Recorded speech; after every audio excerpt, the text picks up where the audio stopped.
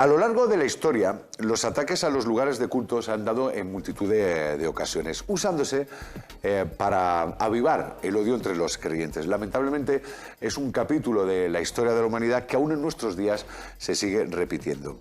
¿Permite el Islam el ataque a los lugares de culto? Es sobre lo que hoy voy a hablar con Taufik. ¿Cómo estás? Bien, ¿y tú, Alonso? Sí, muy bien también, sobre todo en estos ratitos que tenemos juntos. Decía que la pregunta que hoy, el tema era, ¿permite el Islam el ataque a los lugares de culto? Pero antes de empezar a contestarlas, yo te quiero preguntar, ¿por qué hoy te ha parecido bien elegir este tema? Hombre, es muy actual, es un tema de actualidad. Si hemos hablado de la violencia de género en todo un mito, en un capítulo, otro tipo de violencia quizás no se comenta, a veces salta por los medios de comunicación, el enfoque que se le da, pero es otra violencia que también debemos denunciar y renunciar desde aquí. Bueno, entonces vamos, si te parece, a la pregunta tal cual suena y la iremos desarrollando poquito a poco. Entonces, ¿permite el Islam el ataque a los lugares de culto? Hasta la pregunta es bastante provocativa porque permite el Islam. La palabra Islam, si vamos a traducirla al castellano, sería como permite la paz el ataque a los lugares de culto. Es un poco erróneo, entre comillas. Permite la paz, algo pacífico, es que quizás no cuadra. Pero teniendo en cuenta nuestro contexto político, que lamentable la realidad pura y dura que vemos, la respuesta así, como entrada, es tajantemente no. Porque ya solamente por la propia esencia del Islam es paz y promover paz. Pues nada de alguien puede pensar, incluso imaginar, que la paz puede promover algo que es en contra de su propio mensaje, que es la violencia.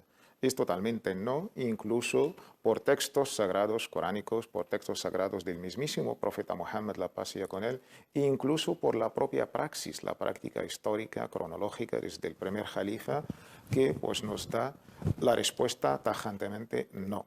No, pero sí es cierto que en determinadas circunstancias, en determinados momentos, el Islam sí invita, sería desde luego erróneo, pero sí justifica, ¿no?, la lucha.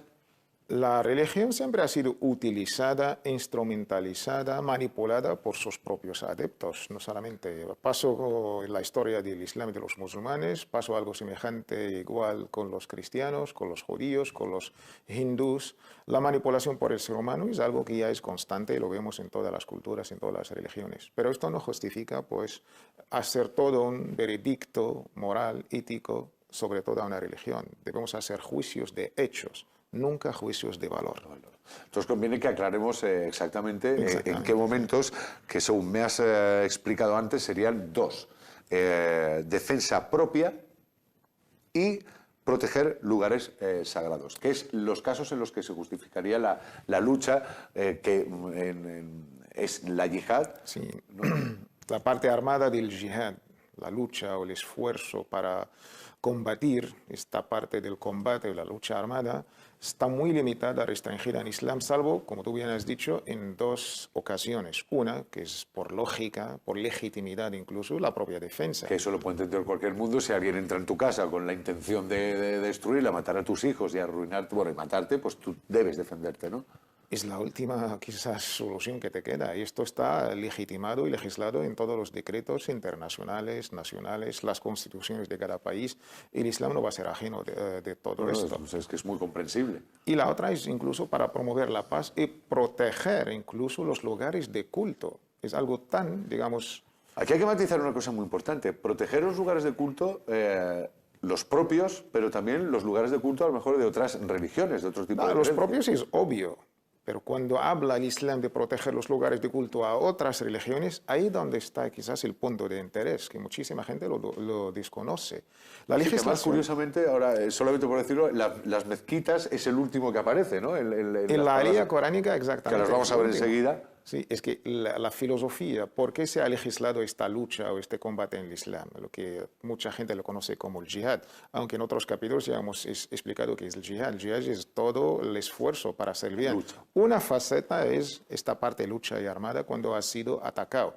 Pero cuando los musulmanes pasaron 15 años de existencia, 15 años, Alonso, 13 años en la ciudad de la Meca y 2 años en la otra ciudad que emigró el profeta al Medina, al Munawwara, unos 480 kilómetros. Total, 15 años, ahí le ha sido permitido pues autodefenderse. Le ha sido permitido el permiso divino de Allah que pueden utilizar entre combate, esta lucha armada, este combate, para la autodefensa. Pasados 15 años de... 15 años. Los musulmanes han sufrido toda la tortura, la opresión, la injusticia de la tribu de Quraysh y más pero esto no tribus. lo entiendo.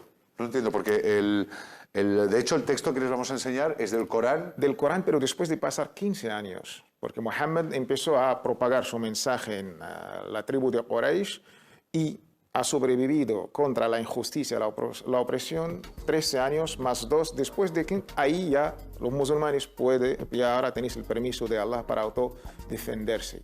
Y ahí está el versículo coránico, hay que cogerlo en su contexto histórico. Si eres tan amable, tú... De 15 años, pues Allah nos dice a quienes luchen por haber sido víctimas de alguna injusticia, claro, porque han sido oprimidos, les está permitido, hay que subrayarla, luchar. Y en verdad Allah tiene poder para ayudarles. ¿Por qué hay que subrayar está permitido? Porque la violencia no la podemos utilizar ni tú ni yo si no fuera por un permiso. Lo que está cometiendo gente ahora es totalmente contra. Hay un permiso divino. Los que fueron expulsados de sus casas sin derecho, solo porque habían dicho nuestro Señor es Allah. Si Allah no se hubiera servido de unos hombres para combatir a otros, habrían sido, primero, destruidos, fíjate, monasterios, iglesias, sinagogas y mezquitas. Monasterios, iglesias y sinagogas, ¿a quién pertenecen estos lugares de culto? No, pero el caso es que el último son las mezquitas. Y mezquitas, monasterios, iglesias a cristianos, sinagogas a judíos y mezquitas, donde se menciona en abundancia el nombre de Allah. Es cierto que Allah ayudará a quien le ayude, verdaderamente Allah es fuerte y poderoso. Ahí está.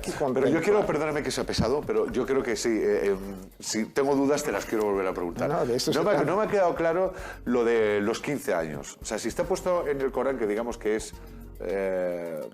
Hemos contextualizado el contexto de la violencia o de la lucha armada o del combate legítimo. No ha sido permitido a los musulmanes autodefenderse desde el primer día.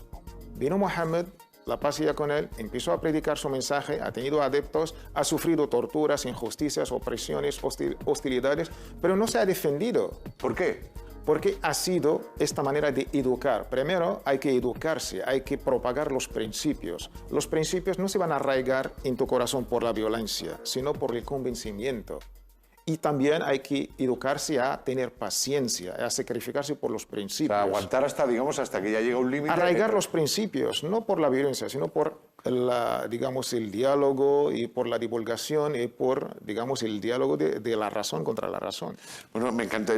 Sigo teniendo dudas, pero tenemos que avanzar porque tenemos cosas que enseñar, pero luego me las cuentas más en detalle y si hace falta repetimos la semana que viene. Pero nos vamos a ir con el segundo texto porque ya es, la confirmación del profeta y el primer califa Abu Bakr. Sí, Abu Bakr. Muy bien, lo has dicho muy bien. Bakr. Pues esta vamos a leerlo y me lo explicas. Me dicen, el profeta Muhammad, la paz sea con él, decía siempre: no maten a personas confinadas por el culto en ermitas. Confirmado por el primer califa, Abu Bakr: no quemen árboles, no sacrifiquen ganado, no corten árboles fructíferos o derrumben las sinagogas. Perdóname, que tenía que... Hemos visto la alía coránica, que es la parte teórica, que es la parte, la constitución, como una ley oficial, pero hace falta una ley un poquito a nivel de ejecución. Y ahí vino Muhammad, la paz sea con él, como mensajero de Allah y al mismo tiempo como el jefe del Estado. En todas sus batallas que ha tenido, pues la obligación de autodefenderse, y fíjate, en todas 60 y pico batallas que ha tenido Muhammad, la paz sea con él, siempre ha sido por autodefensa. Aquí nunca él ha iniciado, la iniciativa nunca vino por parte del mensajero Muhammad, la paz sea con él, sino por la tribu de Quraysh y las demás tribus que estaban alrededor. Y siempre una respuesta. Exactamente. Y esto es clarísimo en la historia. Todos los libros, incluso por orientalistas no musulmanes, han reconocido este hecho histórico. Pues Muhammad en sus mensajes dirigidos al ejército musulmán siempre les decía esto: no, y de estas negaciones no tocará gente inocente, mujeres, niños, ancianos, pero sobre todo lugares de culto, gente que está confinada en una ermita, en un monasterio. Y Abu Bakr ha hecho lo mismo también con su ejército. Pues hoy me vas a matar tú a mí.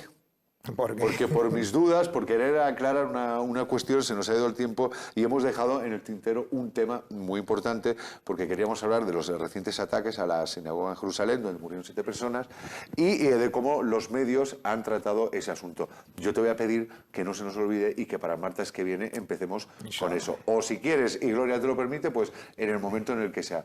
Yo me encantaría seguir con eso porque creo que es interesante y tengo muchas cosas que preguntarte. Pues haremos la segunda parte. Haremos la segunda parte de la semana que viene de ¿permite el Islam el ataque a los lugares de culto? Taufik, como siempre, muy interesante, por lo menos lo es para mí. Lo que yo espero es que lo sea para todos nuestros telespectadores. Así aclararemos tus dudas con más. Bueno, no, está bien, hombre. Me imagino que igual que yo tengo dudas, pues la gente que nos está escuchando en casa las tiene también y conviene recalcar cosas. Gracias, Taufik. Y gracias a todos ustedes. Nos despedimos.